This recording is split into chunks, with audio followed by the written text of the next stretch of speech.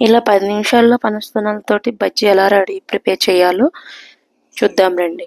Welcome to AD kitchen. ఇలా మనం పనస్తనాలన్నిటిని బాగా కట్ చేసుకొని చూడండి. ఇక్కడ నేను ఆయిల్ అప్లై చేసుకున్నాను హ్యాండ్స్కి. అదేంటంటే వీటికి ఉండే పాలు ఉంటాయి కదా, అవి మన గమ్ లాగా తయారు చేస్తారు వీటి నుంచి, అది అంటుకోకుండా ఉండడం కోసం. ఇలా అన్నితోని ఇలా రెడీ చేసుకొని ఒక బౌల్ తీసుకొని దాంట్లో కొంచెం శనగపిండి, ధనియాల పౌడర్, గరం మసాలా పౌడర్, ఒక పావు స్పూన్ గరం మసాలా పౌడర్, పావు టీ స్పూన్ ధనియాల పౌడర్, పావు టీ స్పూన్ జీరా, కొంచెం వాము అన్నీ తీసుకున్నానండి. కొంచెం కారం కూడా టేస్ట్కి తగినంత కారం, రుచికి సరిపడంత సాల్ట్ అన్నీ తీసుకొని ఇలా ఒకసారి మిక్స్ చేసుకున్న తర్వాత కొంచెం వాటర్ యాడ్ చేసుకుంటూ ఇలా పిండిని ఉండలు కట్టకుండా కొంచెం యాడ్ చేసుకుంటూ మనం ఈ బజ్జీ ప్రిపరేషన్ ఎలా అయితే ఉంటుందో అంతవరకు ఈ పిండిని వాటర్ యాడ్ చేసుకుంటూ మిక్స్ చేసుకోవాలండి.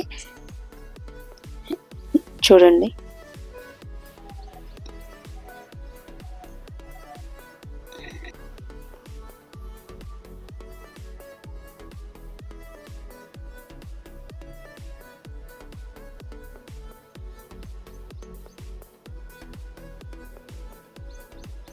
బజ్జీ పిండి రెడీ అయింది. చూడండి, ఇప్పుడు ఒక బాండి తీసుకొని దాంట్లో ఆయిల్ హీట్ ఎక్కేదాకా ఉంచి పనస్తనాలని ఒక్కొక్కటి మనం బంగాళదుంప బజ్జీ కానీ, అరటికాయ బజ్జీ కానీ ఇలా వేస్తాం కదా, మిరపకాయ బజ్జీ కానీ, ఇవి ఎలా అయితే వేస్తారో అలానే తొనల్ని ఒక్కొక్కటి పిండిలో ముంచుతూ ఇలా ఆయిల్లో వేసి తీయాలండి, అంతే.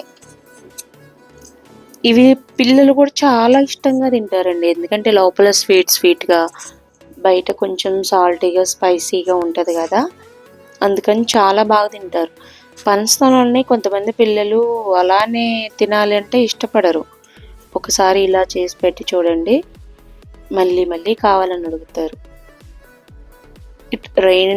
రైనీ సీజన్లో మనకి పనస్తనాలు బాగా దొరుకుతాయి కదా, ఇలా పనస్తనాలతో బజ్జీ చేసి పెట్టినా మిర్చి బజ్జీ తినరు కొంతమంది పిల్లలు.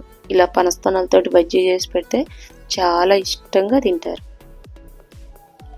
ఒకసారి ట్రై చేసి చూడండి. అన్నీ ఇలానే ఫ్రై చేసుకోవాలి. ఇలా ఫ్రై అయిన తర్వాత చూడండి,